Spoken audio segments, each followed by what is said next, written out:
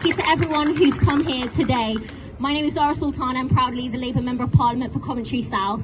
And I just want to give my solidarity to every young person who has seen their A-levels and their BTEC grades changed. My heart absolutely breaks for you guys, because I remember my results day.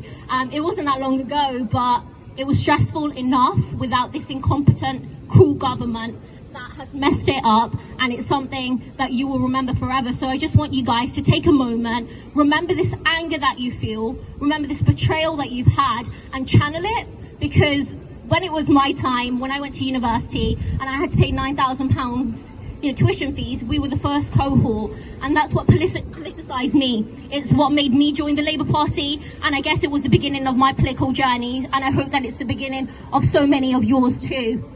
In the last few weeks, I've been at this particular spot a few times for the BLM, Black Lives Matter demonstrations, for the NHS staff pay demonstrations, and now today with you guys. I mention this because they're all connected. They're about people coming together and saying that the systems that are supposed to work, that are supposed to protect us, are failing, are broken, and need fixing, and that we collectively demand real change.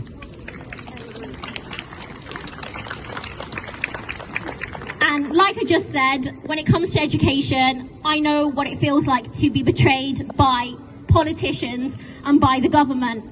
I was in the first group of students having to pay triple tuition fees, and when I went to university, you guys probably don't know what the education maintenance allowance is now, because it's been such a long time since it was scrapped, but that existed, and it was a lifeline to so many people who paid for travel and books to fund their education. And they also binned grants and made it so that we just have loans.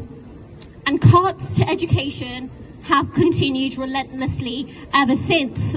So what I'm trying to say is, what's happened to you guys hasn't happened in a vacuum. This government and previous governments have formed. And the algorithm that has robbed you of your future is not some natural, neutral way of assessing students and calculating results.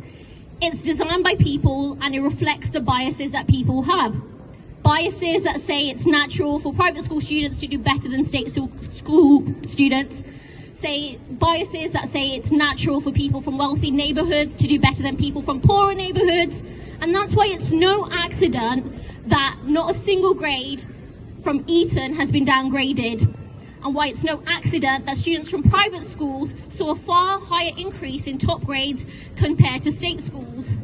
And it's no coincidence that this has come from a government that has overwhelmingly themselves gone to private school. People often talk about education as being a level playing field, being an equalizer. However, this grading system is locking in class inequality. It's judging students, it's judging you guys by your postcode and not your potential. And it's working class students like you guys that are being hit the hardest. I've been in touch with so many students who have missed out on university offers and don't know what they're going to be doing.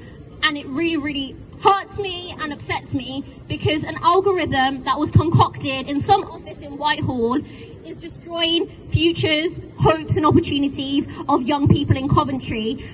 You're being denied the future that you deserve through no fault of your own, of things completely out of your control.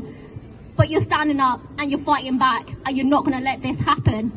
And by doing so, you're not just fighting for yourselves, you're fighting for your classmates, and you're fighting for education as a whole. You're fighting for GCSE students as well.